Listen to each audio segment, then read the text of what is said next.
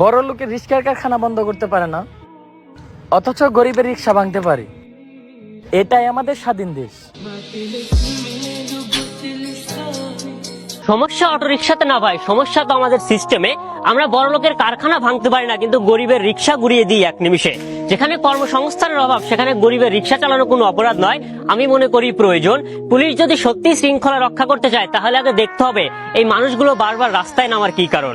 অনেকেই বলছে রিক্সাওয়ালা বেপরা, তাদের কারণে নাকি শত মানুষ মরছে, তাই তাদের রিক্সা ভাঙা দরকার। কই, প্রাইভেট কার, বাস, ট্রাকে তো হাজার হাজার মানুষ মরছে, তাহলে তাদের নেই কেন কোনো বিচার?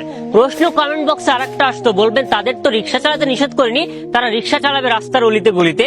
কিন্তু ভাই, আজকের সমাজে শিক্ষিত লোকজনগুলো তো যেতে চায় মেইন রোডের পাশে থাকা রেস্টুরেন্ট, ভিআইপি অফিস আর এসিওয়ালা শপিং কমপ্লেক্সে। এদেশে ন্যায় বিচার শুধু কাগজে রয়, অপরাধীরা হাসে, আর ধর্ষকের বিচার ওটা তো শুধু খবরেই ভাসে।